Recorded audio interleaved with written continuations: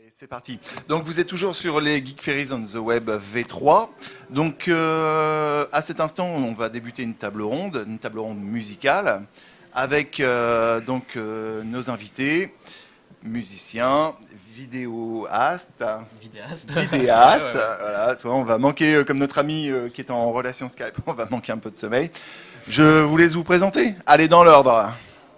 Par ordre alphabétique ou Peu importe, comme vous le souhaitez. C'est parti.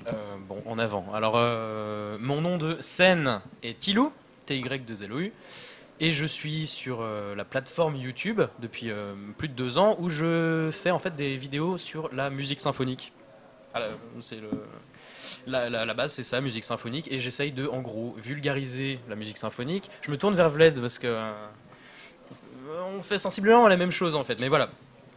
À la base, j'appelais ça les analyses musicales.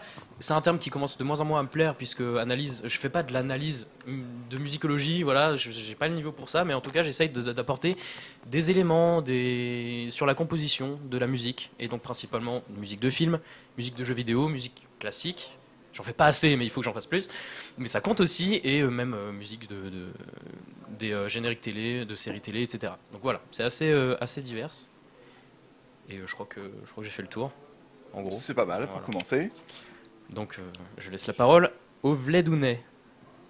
Parole au Vledounet. Alors, Oui. déjà, le Vledounet, il va se retirer une oreille parce que sinon il s'entend pas et c'est très très perturbant. J'ai l'impression d'être dans un aquarium.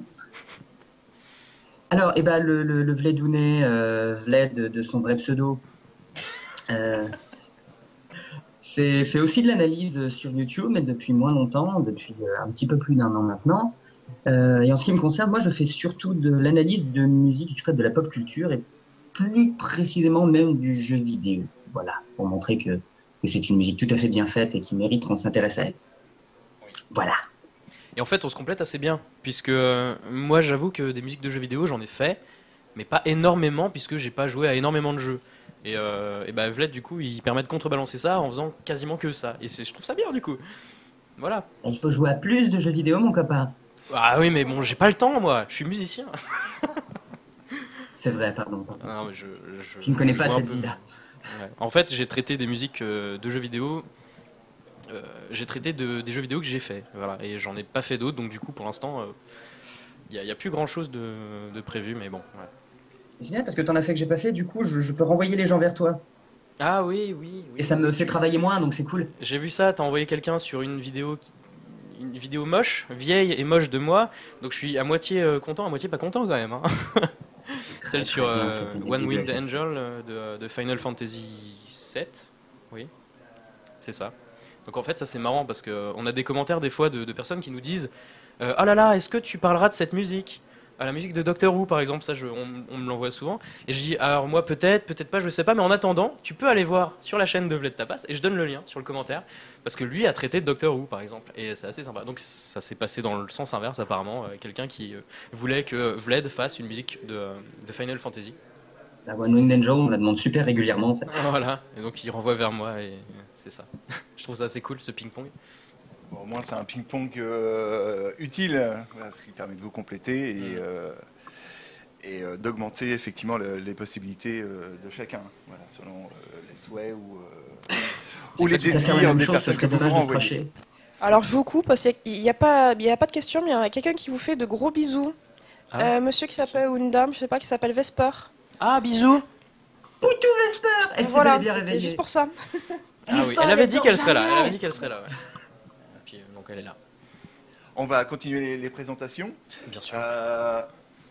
So, Oui, enfin moi à la base, j'ai rien à voir avec la conférence, donc moi je travaille juste sur l'OST des Geek Ferries, donc je suis musicienne, j'ai commencé par le piano, je fais de la basse et puis d'autres trucs.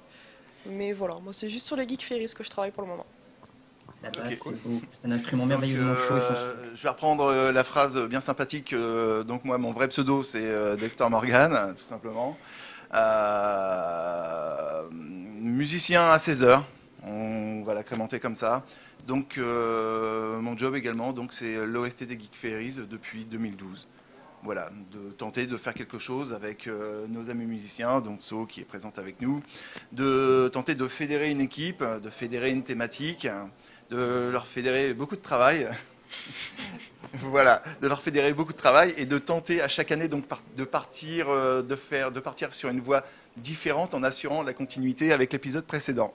Voilà, l'objectif donc de cette OST, donc qui existe depuis les origines des Geek Fairies, c'est-à-dire 2010. Voilà, donc le but effectivement, c'est d'être un atout à nos idées, un complément pardon, donc à nos idées, à nos univers qui sont extrêmement larges, qui sont extrêmement infinis. Et voilà, essayer d'emporter les gens avec nous, tout simplement, qui ferment les yeux, qu'ils écoutent et qui voyagent. Voilà, c'est le but. Voilà. Donc effectivement, cette tradition va perdurer pour 2015. Et c'est en cours et ça va taper sec là. Et c'est vrai que j'ai vu qu'il y avait pas mal de boulot, puisque en fait, il y a pas mal de musique. Sur chaque année, ça représente combien de morceaux à peu près? Il y a une trentaine, non? Alors, en 2012, donc c'est en 2012 où l'OST a commencé vraiment à prendre son envol sur la version telle qu'on peut encore la connaître maintenant. Donc 2012 a été un véritable raz-de-marée. Si mes souvenirs sont bons, on avait au moins une bonne quarantaine de titres. Voilà, donc ça fait beaucoup. Et vous êtes une dizaine de compositeurs dessus, ou un peu moins, non? Alors Ça marche. Ouais. On a un noyau dur, voilà. On a un noyau dur, donc l'équipe qui est là depuis maintenant quelques années. Le noyau, on est à peu près cette année, par exemple, on est 7. Hein, on a un total de 7 compositeurs, si je dis pas d'ânerie. Donc d'ailleurs, je fais mes amitiés dans le désordre à Josh, à Léo, Bastien, Thomas, Massami, Lou, si tu nous regardes. Est-ce que j'en ai oublié? On est à côté. Et nous, mais on va pas se faire des coucous puisqu'on est là. Il n'y a pas d'utilité. Mais effectivement, voilà. Donc la première OST 2012 a été un véritable raz-de-marée de titres. Ouais. Les événements qu'on suivi en 2013 suite à l'annulation du festival n'ont rien altéré à l'OST. Une OST est sortie, elle existe, et une OST complémentaire. On a commencé par travailler par une phase B d'un album, donc qui est composée uniquement de soundscape, c'est-à-dire des ambiances. Il y a à peu près 3 heures d'ambiance de disponibles. D'accord, ouais. Voilà, ce ne sont pas des morceaux musicaux, ce sont des morceaux donc forcément non musicaux et cinématiques. Voilà, tout simplement. Et là, on continue donc en 2014, une équipe réduite par rapport à d'autres années, mais certainement moins de titres. Ouais. Mais par contre, à chaque année, on essaye vraiment de Ça faire mieux. le maximum. Ça peut nous coûter en général un peu de matériel, parce que le matériel moi personnellement, le matériel n'arrive jamais à suivre l'album suivant. On attend toujours des limites, donc il suffit de pas grand-chose. Ah, on n'entend pas? Flûte. Donc voilà. Mais effectivement, donc tant que les geeks existeront, les OST existeront. C'est cool. Je trouve ça assez original. Enfin, de faire une OST de festival comme ça. C'est assez cool. Mais nous sommes fous. Être souligné par de la musique, c'est cool comme initiative. Oui, mais oui. Mais il y a quand même d'autres conventions qui ont des BO, enfin qui ont des musiques, parce que toi, je regarde. Toi, Vled, t'as fait un thème principal pour les Joutes du Téméraire, c'est ça? Ouais, il n'a pas encore été utilisé pour des raisons de logistique l'an dernier, ça n'a pas été possible, mais il est composé. Tu es bien placé pour le savoir, vu que je t'ai embêté avec la trompette. Oui. Euh, Embête-moi avec la trompette, j'aime bien ça. je t'embêterai très très très bientôt. Mais normalement, ouais, l'an prochain, il devrait y avoir effectivement un thème principal là-dessus. Et ouais, c'est bien. Et il est bien ton thème, j'aime bien. Ah, J'aimerais bien pouvoir le jouer, mais bon, je suis mauvais. Je fais de la trompette un petit peu aussi, voilà. Mais effectivement, le fait d'apporter donc des OST ou même des thèmes donc à des festivals, à des choses qui ne sont pas télévisuelles, qui ne sont pas couplées à des images, mais à des événements, c'est effectivement quelque chose qu'on ne voit pas souvent. Ouais. Et je pense que c'est quelque chose qu'il faut développer.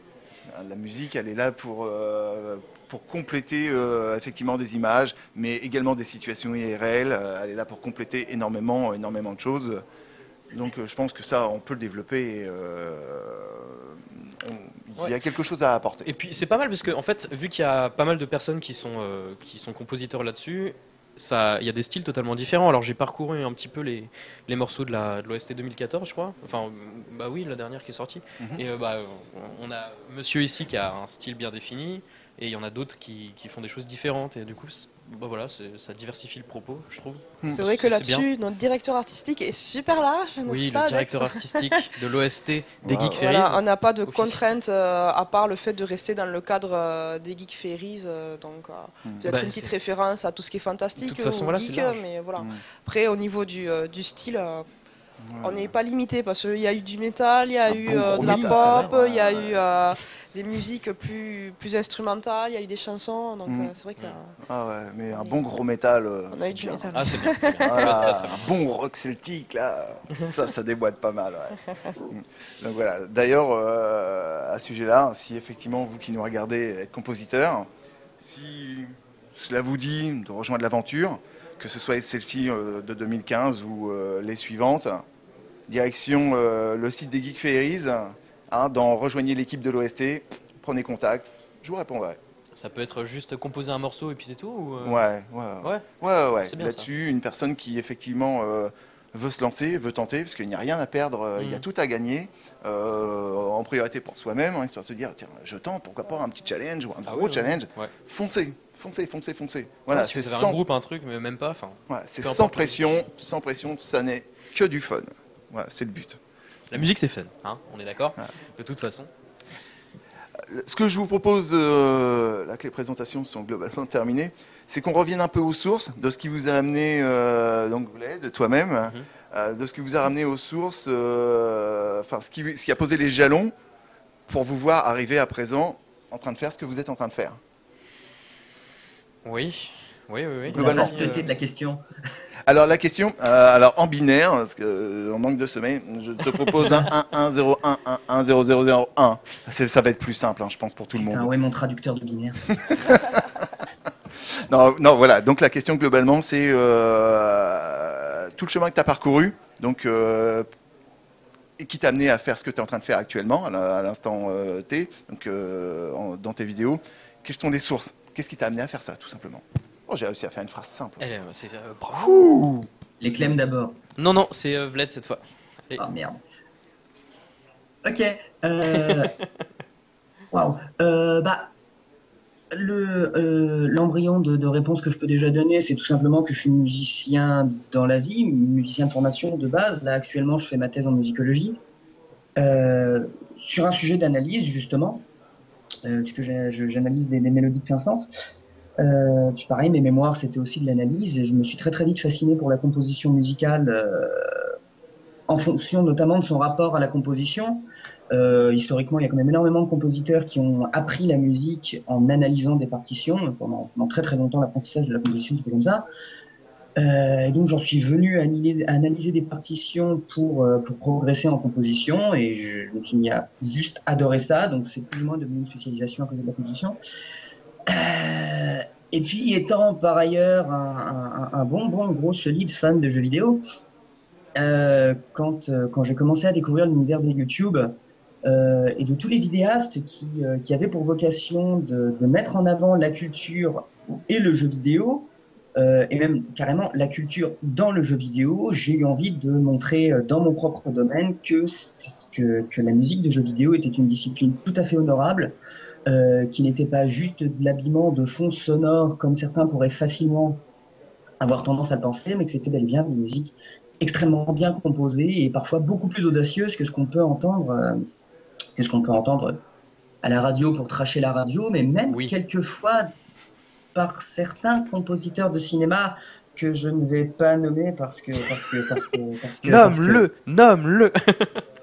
Parce que mon animosité pour des gens comme Hans Zimmer est connue de plein de gens. Soutien. Et voilà, du coup, conséquence de tout ça, le set barré dans lequel depuis un petit peu plus d'1 an, je prends beaucoup de plaisir à analyser des musiques de jeux vidéo et à les reprendre de manière plus ou moins bizarre. Voilà. Ouais. Alors moi, bon moi alors c'est pas la même chose. J'ai pas la vocation musicale à la base puisque après mon bac, j'étais pas encore passionné de musique. C'est arrivé après. Les raisons sont assez diverses en fait. Je pense que j'avais des amis musiciens, un clarinettiste, un pianiste. Donc je commençais à m'éclater un peu sur le piano à ce moment-là. Je suis pas pianiste, hein, mais je commençais à essayer de jouer en fait.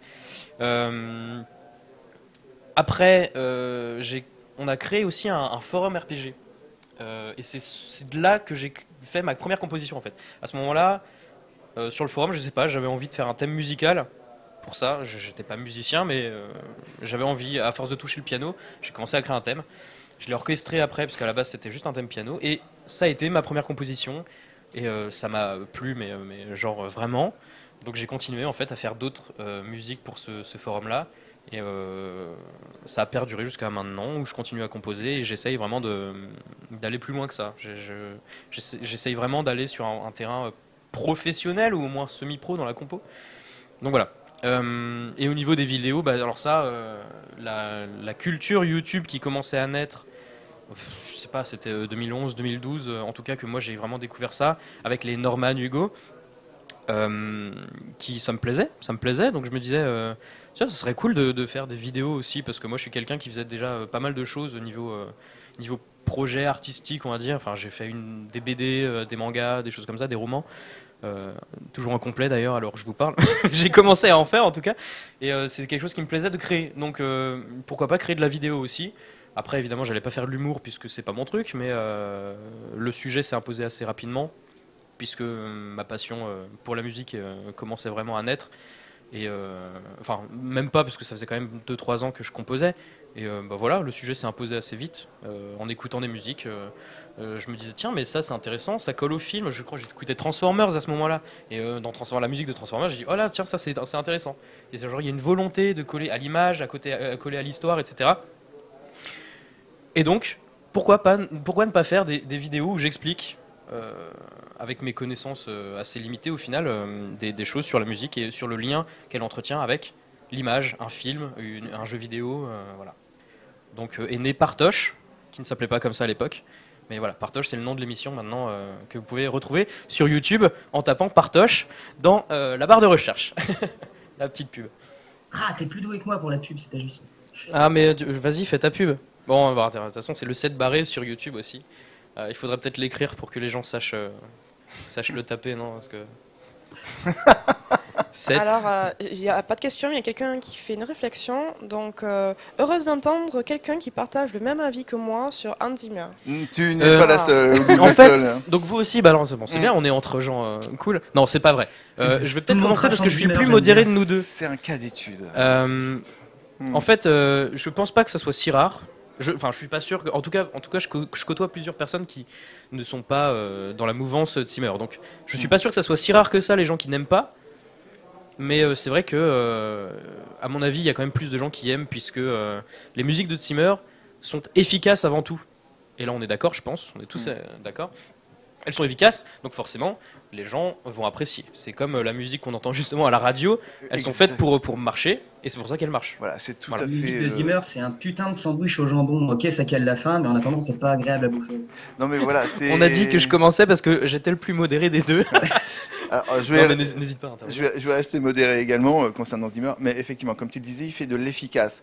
Donc ça passera tout le temps. Ah bah, dans mais les films, je veux dire, ça envoie quand même, oui, faut l'avouer, hein. pour ce qui passe à la radio, pour ceux qui écoutent la radio, ce qui n'est pas forcément le cas de tout le monde, et effectivement, on a affaire qu'à des musiques qui sont efficaces. Voilà, qui vont te nourrir. Il n'y a même pas besoin d'avoir de jambon dans ce sandwich-là. Le pain suffira.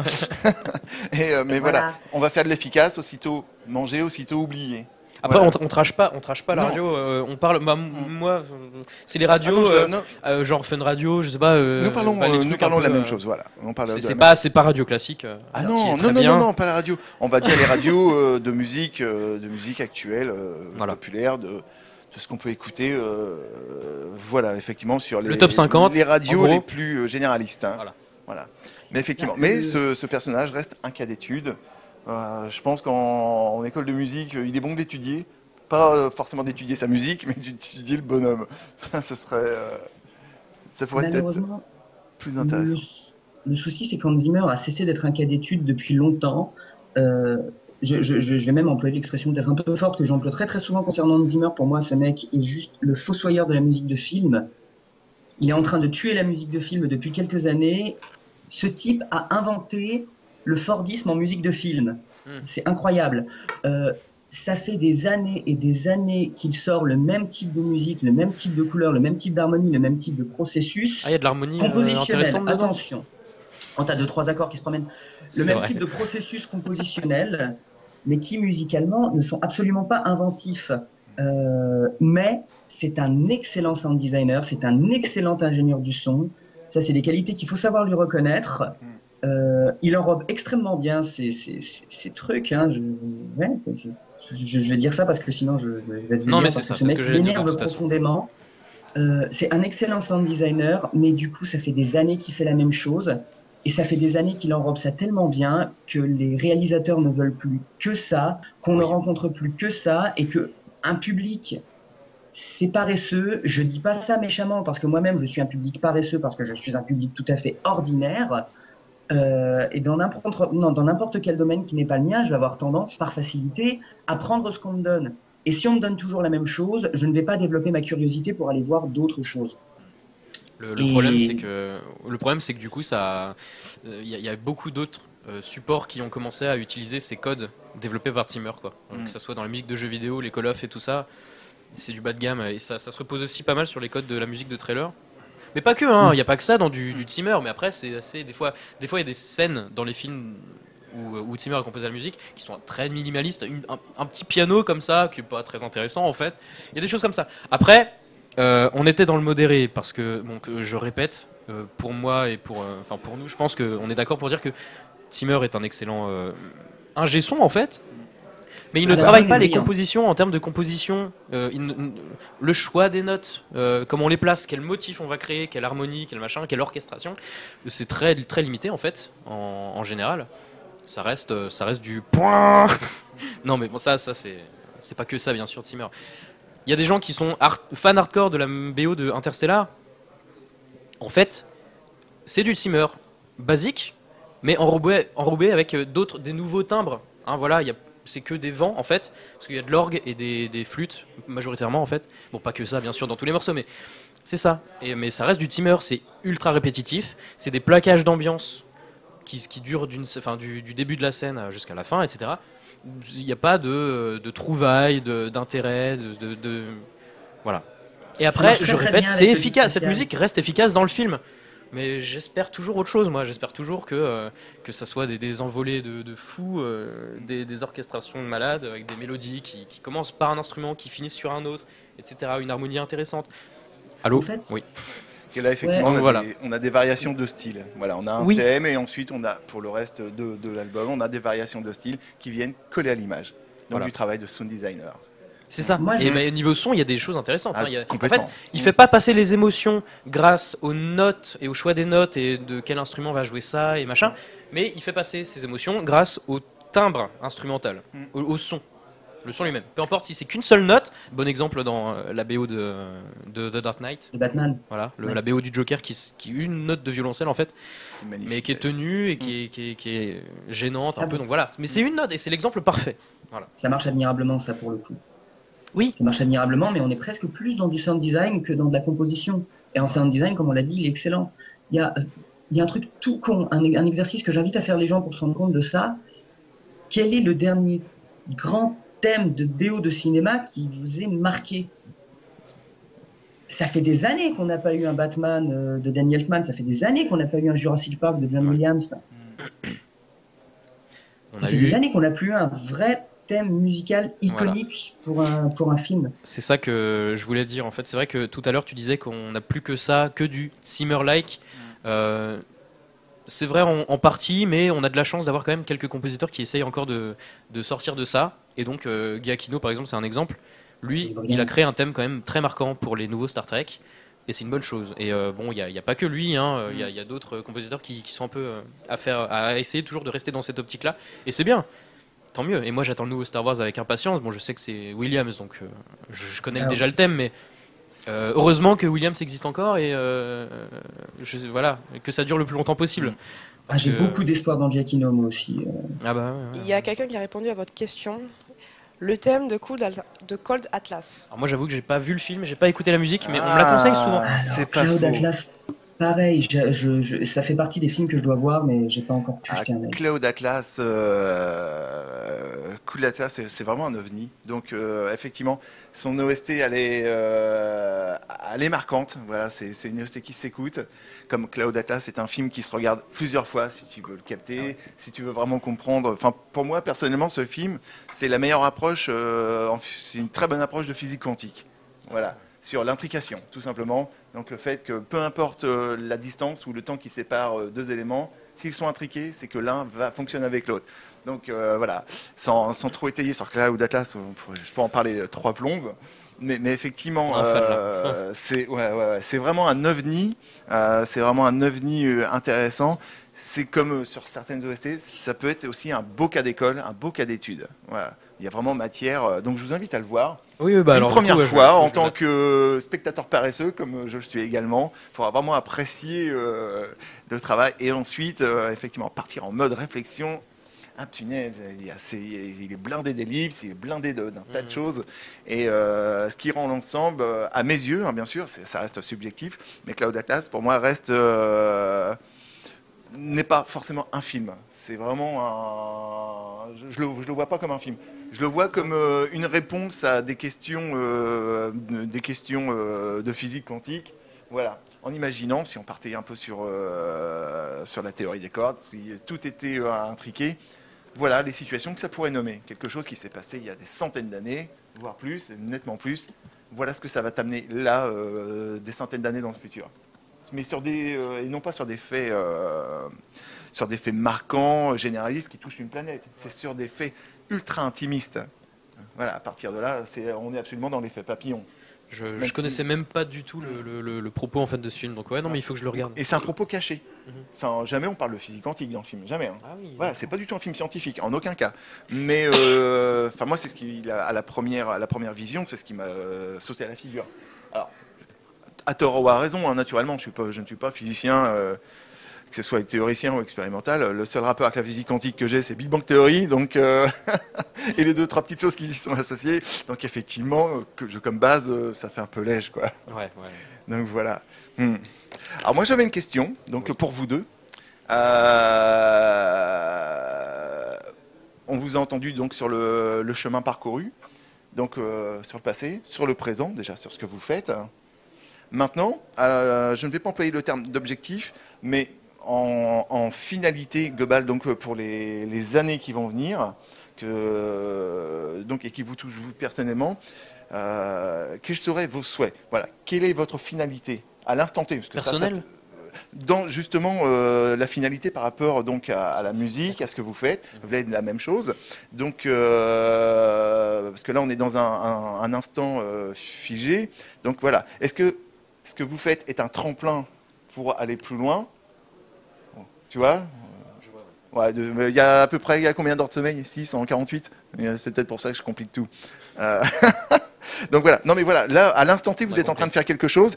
Est-ce que vous vous en servez comme passerelle, comme tremplin pour accéder justement à quelque chose qui vous fasse réellement plaisir, qui permette d'exploser ce que vous êtes capable de faire et qui puisse vous plaire? Qui commence? Bon, je vais commencer. Oui, j'ai pris la dernière, vas-y. On est cordial entre nous, on s'aime. Donc, alors moi, en ce qui me concerne, quand j'ai commencé les vidéos, j'avais aucun espoir particulier. Donc, je fais des vidéos parce que ça me plaît et je continue de faire des vidéos parce que ça me plaît. J'ai pas d'espoir d'atteindre des sommets avec ces vidéos-là. Par contre, moi, mon objectif, c'est au niveau de la composition. J'aimerais vraiment, comme je le disais au début, aller plus loin et faire des musiques pour des gens et être payé parce que j'aime bien l'argent. Non, j'aimerais bien que ça marche. Et cette année, c'est mon objectif. C'est mes bonnes résolutions de 2015 de commencer à lancer ça.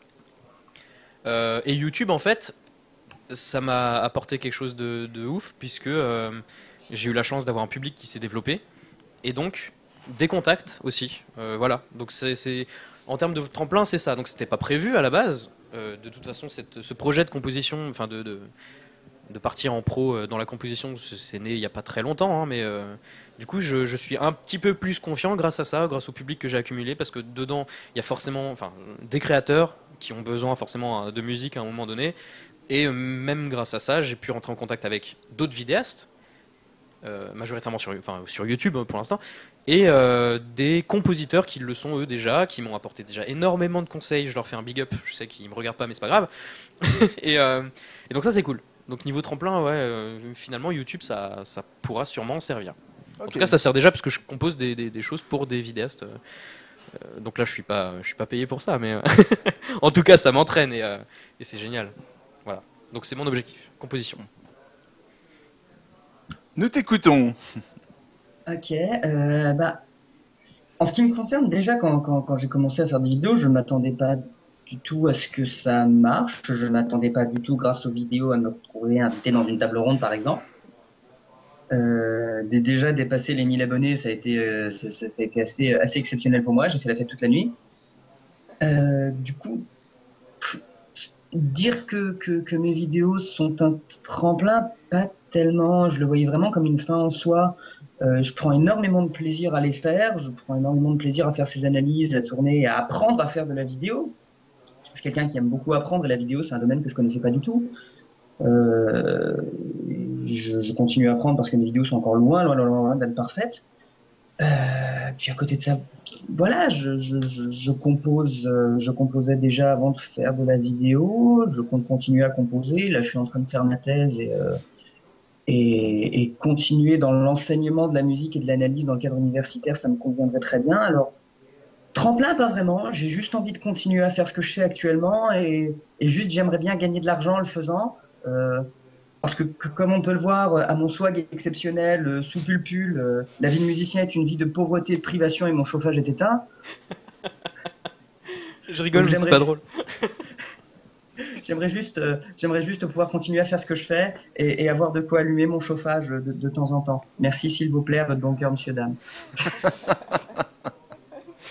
Le message est passé, je crois. Non, voilà, j'aime ce que je fais, j'ai envie de continuer, c'est tout. C'est vrai que je l'ai pas dit, mais moi aussi je vais continuer les vidéos comme je le fais maintenant. Et je vais même essayer d'agrandir mon panel de choix au niveau des sujets, parce que sinon je vais être très rapidement limité en fait. Donc les vidéos aussi, je vais continuer. Je crois qu'on a juste envie de continuer en faisant ce qu'on fait, mais juste en touchant plus de personnes, parce que c'est pas forcément de la vanité mal placée, mais je crois qu'il y a un moment quand on est créateur, c'est un petit peu qu'on a envie de partager ce qu'on fait. Parce que sinon, autant rester chez soi dans son garage et ne pas uploader ses vidéos sur YouTube. Et puis le fait d'être vu par plus de personnes permet aussi de recevoir plus de choses qui permettent d'évoluer et de progresser. Et de proposer toujours plus de choses. Et puis soyons honnêtes, c'est super motivant aussi, quoi. Voilà. Ok. Viens des voir partage et le 7 barré. Une question en aparté. Tilou, ton OST préféré? Je reste en OST. Allez, globalement, même si elle est équivalente à d'autres, mais celle qui, depuis longtemps, celle qui est gravée. Star Wars. D'accord. Première écoute? Ouais, en plus, à Noël 2001 ou 2000, je crois, j'ai eu la BO de l'épisode 1. D'accord, ok. Et donc, j'étais pas du tout passionné de musique à ce moment-là. De Star Wars, oui. Mais du coup, ouais, je pense que ça a eu un impact. Je l'écoutais souvent et franchement, cette BO est géniale. Celle de l'épisode 1 est géniale. Et après, je parlais de Star Wars en général aussi. D'accord. Sachant que la BO du film Star Wars que je préfère, c'est l'épisode 3, qui est magistral. Elle est... voilà, j'ai un avis un tout petit peu différent, mais parce que c'est très subjectif. Mais effectivement, pour moi, celle de l'épisode 1, on parle que de l'OST, pas du film. Oui, on est bien d'accord. L'OST, elle est magistrale. Ouais. Que le clip de Duel of the Fates soit diffusé, un clip officiel sur une musique... À la télé, c'est passé? J'ai eu l'occasion de la voir, donc c'était Je savais même pas. Alors c'était à l'époque, en 2001, j'avais encore la télé, donc effectivement, j'ai eu l'occasion de la voir, c'est là que je l'ai découvert, et ensuite c'est là que je l'ai récupéré sur le net, où effectivement, elle était calibrée, c'était donc une alternance entre la partie orchestrale dirigée par John Williams, et effectivement, quelques scènes du film, mais basées un peu plus, je crois, je ne sais plus en termes de ratio, mais effectivement, c'était la direction de John Williams, et c'est un morceau qui est juste... Je savais pas. Frissonnant. Ouais. Le clip existe. Ce clip existe. Voilà. Donc effectivement, c'est quelque chose. Celle de l'épisode 3, différente. C'est Enfin, à mes yeux, à mes oreilles plutôt. Je lève les Voilà. yeux, il n'y a Mais- aucun non, non, non, jugement. non, ou quoi non, que ce soit, non, mais vraiment, je hein, l'adore, c'est- je l'adore, mais effectivement, Ouais, ouais, elle est C'est vrai que différente. c'est différent. Ouais. Peut-être C'est parce vrai qu'il y a que c'est déjà différent. 2 autres, parce que c'est l'épisode 3 peut-être, mais Mhm. effectivement, il y a, sachant que c'est un épisode qui est beaucoup plus, bien plus dramatique Ouais. que l'épisode 1, même sans difficulté, effectivement, elle est différente, elle est construite à mes oreilles, je pense, un peu différemment aussi. Et encore une fois, ce sont voilà, Ça des évolue, et variations, c'est bien. C'est bien. ça. Déjà, entre la trilogie originale et la prélogie, Ouais. le style, bon, on sait que c'est Williams, ça s'entend, mais ça change beaucoup, hein, franchement. Ah, Déjà au niveau du complètement. son, parce que bon, la qualité sonore est différente, Mm. était différente à l'époque, mais même pas que ça, hein, dans le style, ça, il y a eu, je sais pas, j'ai l'impression qu'il a même Elle est lui-même plus évolué. Profonde, évidemment. moi Ça je fait la plaisir. considère plus profonde. Voilà, Ouais, elle ouais, impacte ouais. beaucoup Il y a plus. plus de cœur, par exemple, c'est un exemple facilement identifiable, Mm. mais voilà, c'est ça. Après, peut-être une question de budget déjà à l'époque. Oui. Oui, je pense que ça joue beaucoup également. Ouais. LED. Je me sens comme un vilain petit canard déjà parce que moi j'ai préféré la musique de la première trilogie.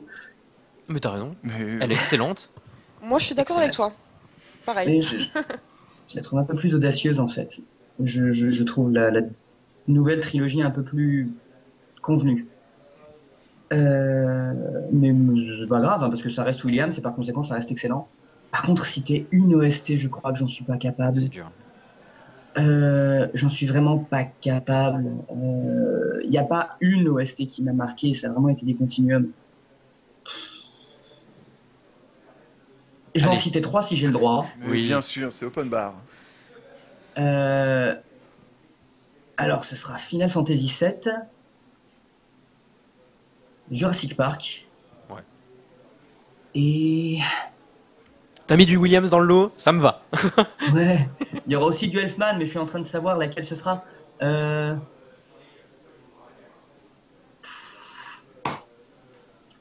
Putain, et puis le trio Batman, The Nightmare Before Christmas et Edouard Main d'Argent. Voilà, j'en ai cité 5. Qu'est-ce que tu vas faire? Du Elfman, du Elfman. La folie Elfman, en effet. Voilà. Ok. On a vu au fil des années, donc Star Wars est un très bon exemple. Donc comme tu disais, elle était audacieuse, hein, le contexte était absolument différent, à l'image même des films et de la préparation des films. Maintenant c'est différent, en mieux, en moins bien, peu importe, mais c'est de toute façon différent. C'est l'évolution qui veut ça. L'évolution, c'est un changement d'état qui soit bon ou moins bon. Sachant que donc les OST, la façon de faire, donc change évidemment, évolue. Comment les voyez-vous? Comment voyez-vous justement l'évolution des OST? On va faire abstraction de Zimmer, Ouais, d'accord? On fait abstraction. Donc, Ça va être impossible de faire abstraction de Zimmer, il a la main mise sur tout. C'est vrai. justement, ce que j'entendais par là, c'est qu'on pourrait faire abstraction du champ de contagion. Ah, il reste encore un tas du champ de contagion de ce style, voilà, qui ferme les portes. Mais voilà, mais heureusement, il n'est pas tout seul. Heureusement, il n'est pas là pour pondre les OST de tout le monde. Mais effectivement. Comment? Oui, oui. Mais voilà, il y a un tas d'autres compositeurs, des petits nouveaux qui arrivent, des anciens qui se remettent aussi un petit peu en question et qui changent un petit peu la donne, Ouais. d'autres qui restent linéaires à eux-mêmes. Mais là, de façon bien plus généraliste, sans citer qui que ce soit, voyez-vous une évolution dans les OST? Est-ce qu'on va partir? Est-ce qu'on a une chance de partir, sachant que comment dire, que le visuel des films, que les codes visuels changent, on le voit, hein, c'est récurrent, tous les 15 ans, on a affaire à un changement d'état hein, entre les films des années 80, les années 95, qui n'ont pas été peut-être les meilleurs, à mon sens très personnel. Là, on est en 2015, on a des styles beaucoup plus abrupts, beaucoup plus speed, ou beaucoup plus doux, beaucoup plus posés. Hein, voilà, on ne peut pas appeler ça un retour aux sources, mais il y a des changements d'état. Donc forcément, je pense que les OST, les musiques s'accompagnant, le style va changer également.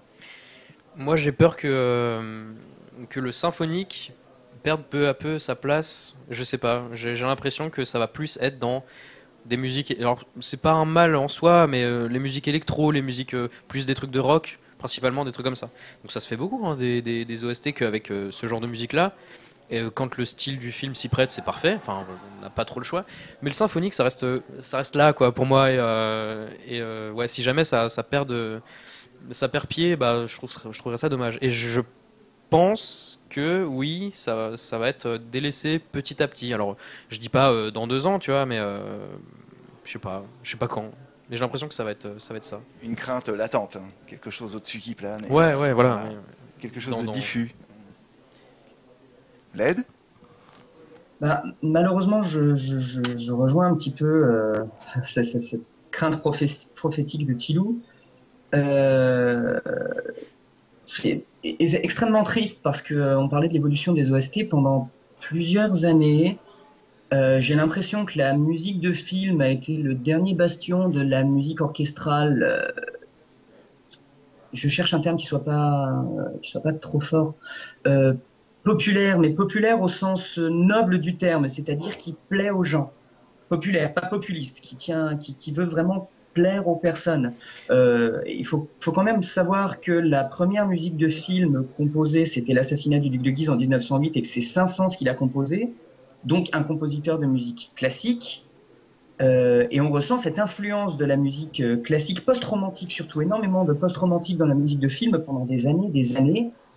Et c'est pas plus mal parce que la musique savante, même si j'aime pas trop ce terme, C'est le nom, hein.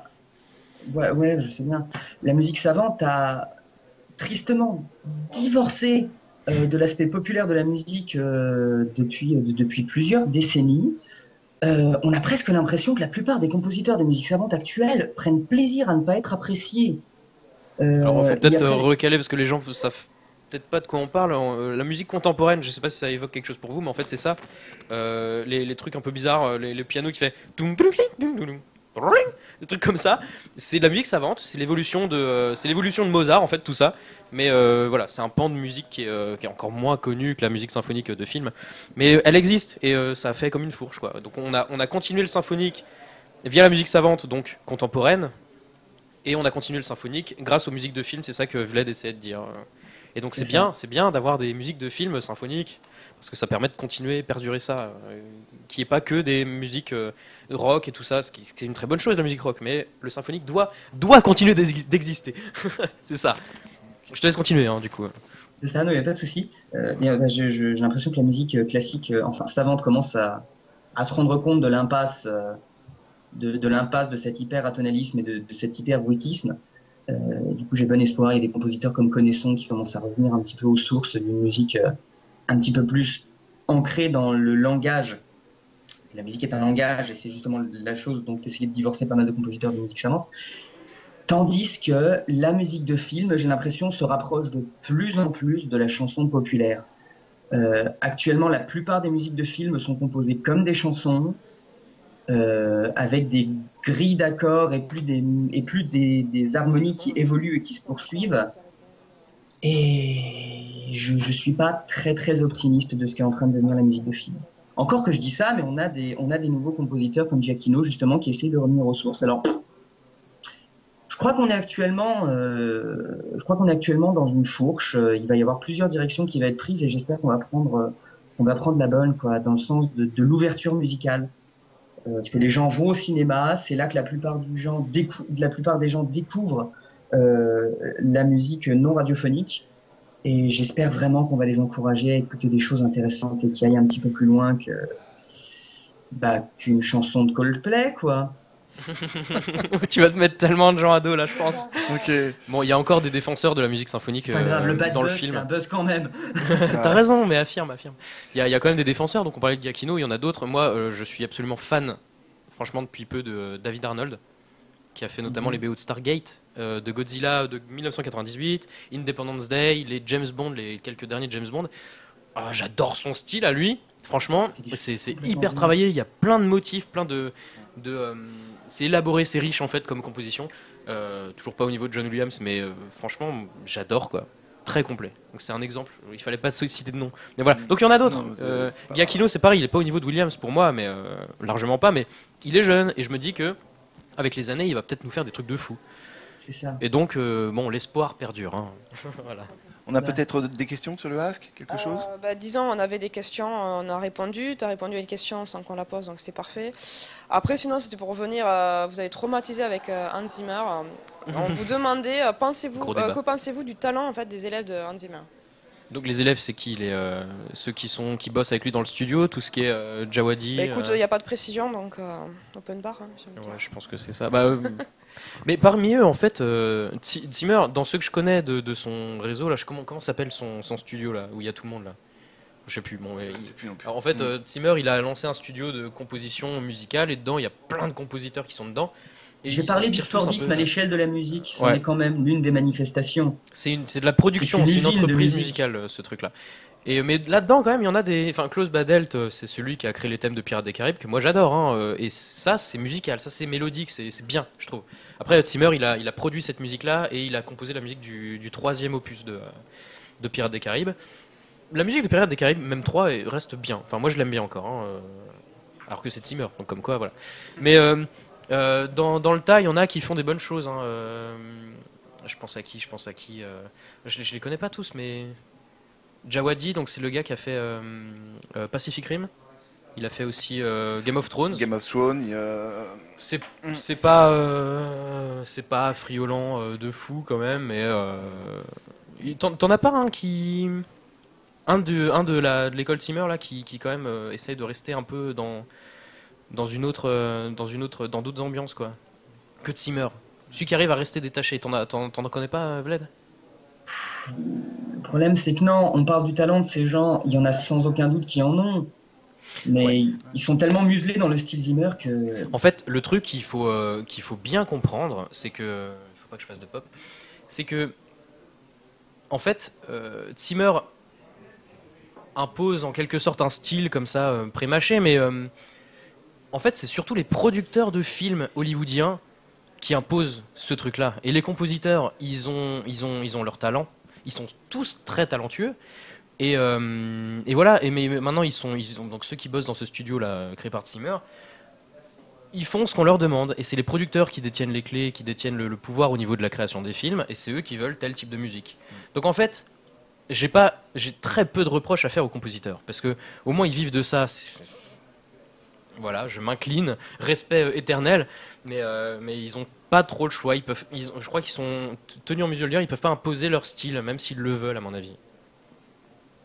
Pardon, mais en temps de dictature, celui qui ne fait rien est du côté de l'oppresseur.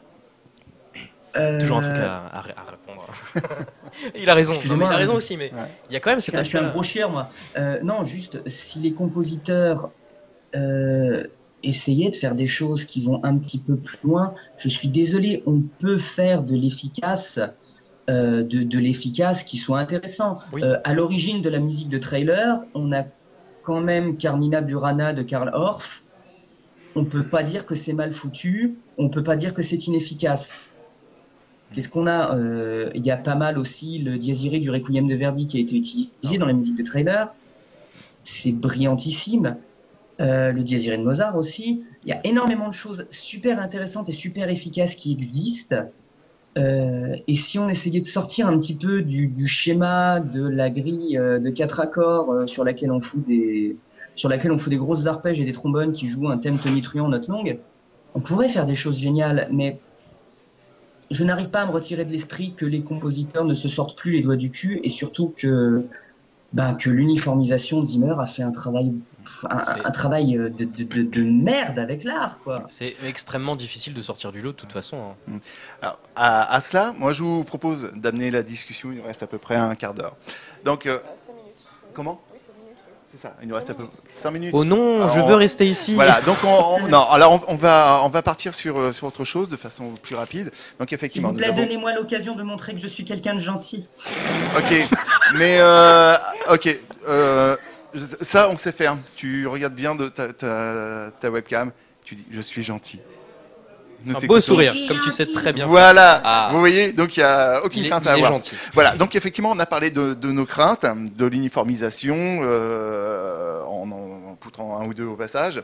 En revanche, à mon regard, il y a quelque chose qui est en train de se passer depuis... Cela a commencé pour moi en 1993. Si je vous dis X-Files, si je vous dis Mark Snow, donc de ramener donc Mark Snow, donc qui est le compositeur attitré de la série du début jusqu'à la fin, X-Files qui a monté le niveau visuel donc des séries de l'époque qui était à chier, hein, voilà, qui était à chier, à un format quasi cinématographique. Mark Snow qui a adopté sa musique, qui était une musique d'accompagnement. Voilà, il y a juste à écouter donc l'album donc de la série, celui où effectivement il n'y a que les scores. Voilà. Mais à partir de là, il s'est passé quelque chose.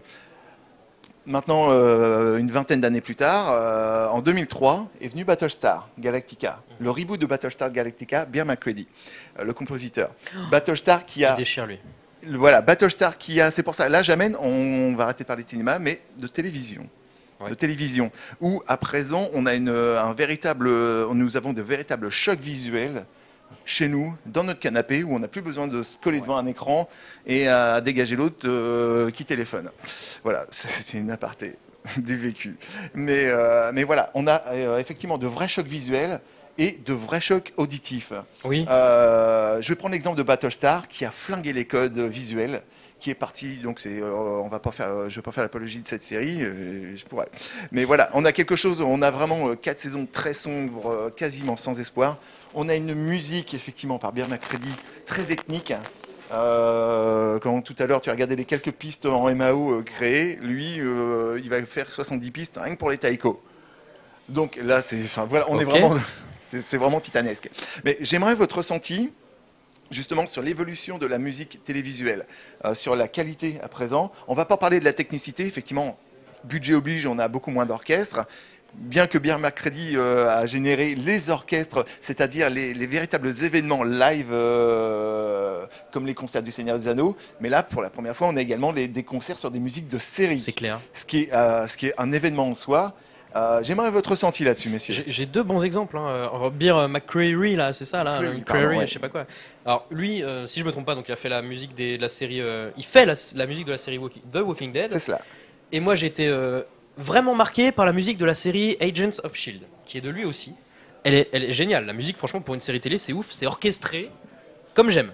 Et donc ça, c'est cool. Je voulais citer ça. Et tu parlais d'événements live, de musique. Comment ne pas citer Doctor Who? Franchement, j'ai regardé ça.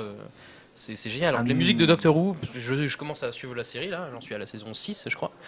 Et j'aime beaucoup. Et la musique, franchement, est vraiment cool. On reste dans quelque chose que moi j'apprécie.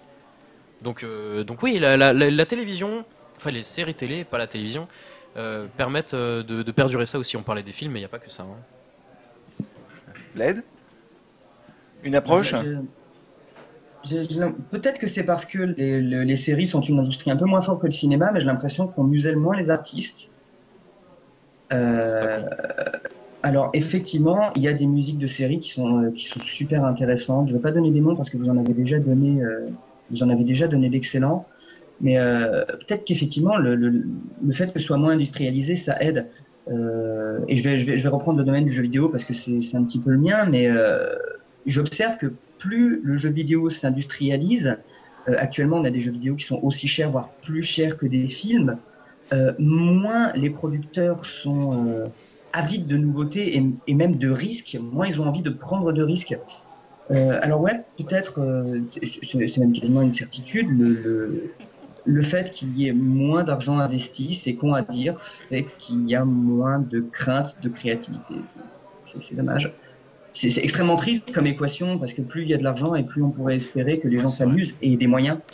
Mais perso, alors t'as peut-être pas vu Agents of Shield, mais on a presque l'impression de mater un film Marvel quand même. Donc à ce niveau-là, voilà. Par contre, ça touche moins de personnes qu'un Avengers 2, voilà, ou Avengers ou n'importe quoi. Quelle musique très. Mais c'est pas bête comme analyse. Ouais.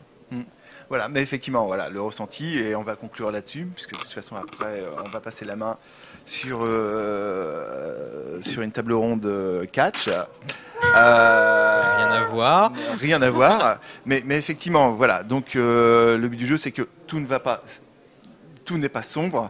Le nuage fait une bonne taille, mais ne recouvre pas tout le ciel. Effectivement, en parallèle de cela, il y a le soleil qui pointe.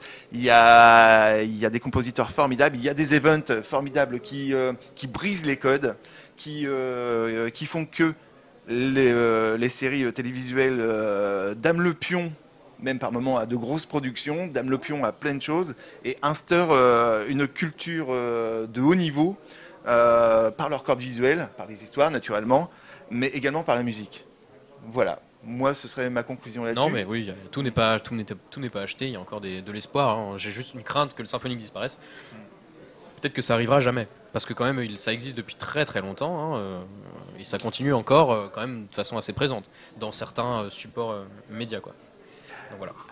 Juste pour conclure encore avec un petit truc, parce que ça me semblait plutôt intéressant finalement.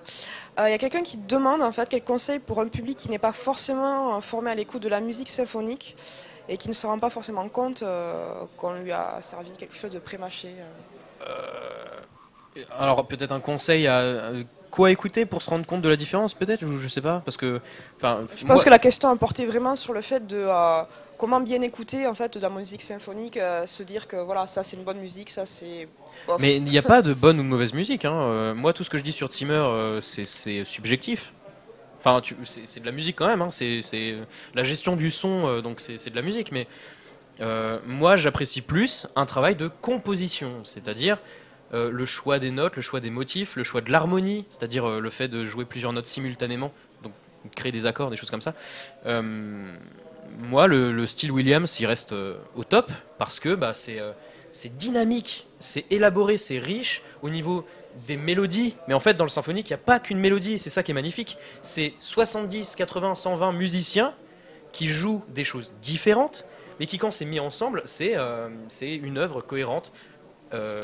Enfin voilà. Et donc, voilà. Et quand moi je m'amuse en fait, quand j'écoute des musiques symphoniques, c'est-à-dire tout le temps, j'essaye de dire ah tiens, le hautbois fait ça. Puis là en fait les cordes, les premiers violons font ça, les seconds violons font ça. Et je sépare je sépare toutes les sections instrumentales. Et après j'écoute l'ensemble et je dis ouais ça marche, c'est ça quoi. Donc, voilà. Et Zimmer lui bah déjà on sent qu'il y a moins de voix en fait dans ses musiques. C'est genre t'as une piste percussion, ah bon, une piste, non je suis gentil, t'as 10 pistes percussion, ensuite t'as les pistes des cordes qui font ta ta ta ta ta ta ta ta, puis en dessous t'as les corps qui font les accords, genre des rondes qui vont durer toute une mesure, puis après ça change, des rondes, puis après des rondes, etc. Ouais.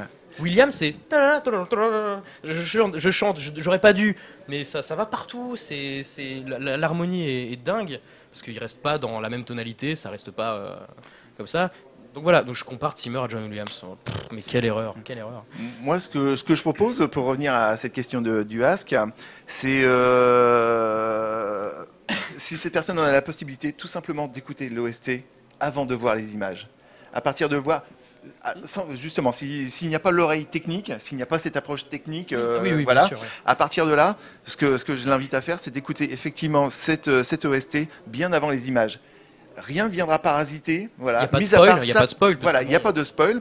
Rien ne viendra parasiter de me dire ah oui ça s'accroche à tel passage, il y a ça à tel passage, voilà. Donc ce sera vraiment de la pure écoute musicale. Aucune autre image, mis à part celles qui viendront par l'imagination, aucune autre image ne viendra se greffer à ça. Ce qui veut dire que l'oreille reste attentive à ce qui se passe. Tout se focalise sur l'oreille et non pas sur le parallèle de ce que l'oreille finalement pose dans l'image. Oui. Voilà, donc ça peut fonctionner. Personnellement, je fonctionne comme ça, sur plein d'OST, et ça permet de juger en aucun cas le film, mais uniquement la musique. Voilà, le film peut être une daube avec une musique, même si l'ensemble reste encore une fois subjectif. Le film ne peut pas plaire, on va partir sur cette base, mais en revanche, la musique peut devenir effectivement quelque chose qu'on va écouter et qui va perdurer très longtemps dans le temps. J'ai un exemple parfait, c'est Sky Captain and the Days of Tomorrow, un truc comme ça, là, qui apparemment est un film plutôt nul, de la vie générale, mais je suis tombé sur la BO, mais elle est géniale, j'adore ce style-là, quoi. Donc si tu as l'occasion, là, le monsieur ou madame qui a posé la question, écoute cette BO, parce qu'elle est géniale. Voilà. On voulait quelque chose à rajouter à cette question ? Ouais. Tout simplement le fait que on est aujourd'hui dans une société dans laquelle on est via les médias constamment bombardé d'images et bombardé de sons. Constamment, on a toujours quelque chose dans les oreilles et toujours quelque chose devant les yeux, et on en est arrivé à un point où on a une illusion du choix. On a l'impression d'avoir des tas de choses à disposition. Les choses qu'on nous met à disposition sont très très souvent calquées sur exactement le même modèle. Donc le seul conseil que je pourrais donner pour former son oreille, c'est super con, mais c'est juste tout simplement d'écouter le plus de choses possible et d'être curieux. se tourner vers les choses indépendantes, se tourner vers la musique classique, revenir aux fondamentaux. Et il y a un moment où c'est pas une honte d'écouter des tubes de la musique classique. Si ce sont des tubes, s'ils ont perduré jusqu'à nous, c'est qu'il y a une chance qu'ils soient bien écrits. Et puis à partir de là, à partir des quelques petites choses qui nous plaisent, étendre les ramifications, aller vers d'autres choses, se dire ah putain cette musique-là de Beethoven c'est drôlement chouette, je vais écouter d'autres trucs de Beethoven. À partir de Beethoven, se dire ah j'aime bien Beethoven, je vais écouter plus de choses de cette époque-là. Aller sur Wikipédia, bibliothèque d'Alexandrie à la portée de tous, ça permet de voir un petit peu quels sont les compositeurs qui peuvent être comparés les uns aux autres. Niveau musique de film, pareil, revenir aux fondamentaux, revenir à ce qui se faisait avant, et puis au fur et à mesure aller vers l'évolution des choses, et puis écouter de plus en plus de choses. Je pense qu'on nous incite pas suffisamment à être curieux. Depuis notre plus jeune âge, on nous dit la curiosité est un vilain défaut. C'est la pire connerie que j'ai jamais entendue. La curiosité est une qualité exceptionnelle, et du coup, j'invite juste tout le monde à être curieux. Et je pense que c'est mon mot de la fin. Ok. Alors, en conclusion, donc une dernière phrase. Où est-ce qu'on vous retrouve? Sur Internet. Une adresse? Tilou, TY2LOU, c'est le nom c'est le pseudo en fait de ma chaîne. Vlad? Voilà. Vlad, pardon. Sur Internet aussi, justement, Vlad Tapas, VLED, plus loin, TAPAS, comme Vlad Tepes, mais en inversant des lettres pour transformer ce tueur sanguinaire en amuse-gueule mexicain. D'accord. Messieurs, on vous remercie. Merci d'avoir été là. Merci pour l'invitation. Merci d'avoir partagé ces moments avec nous. Désolé pour l'attente, ce sont les aléas du direct. À présent, on va donc, le temps de passer la main à la technique, à la nouvelle équipe, on va donc passer la main de même à une discussion axée sur le catch, avec une invitée très calée dans ce domaine-là. On rend l'antenne, on vous remercie. So, gros bisous. Et c'est bon pour nous. Ok, c'est bon pour nous.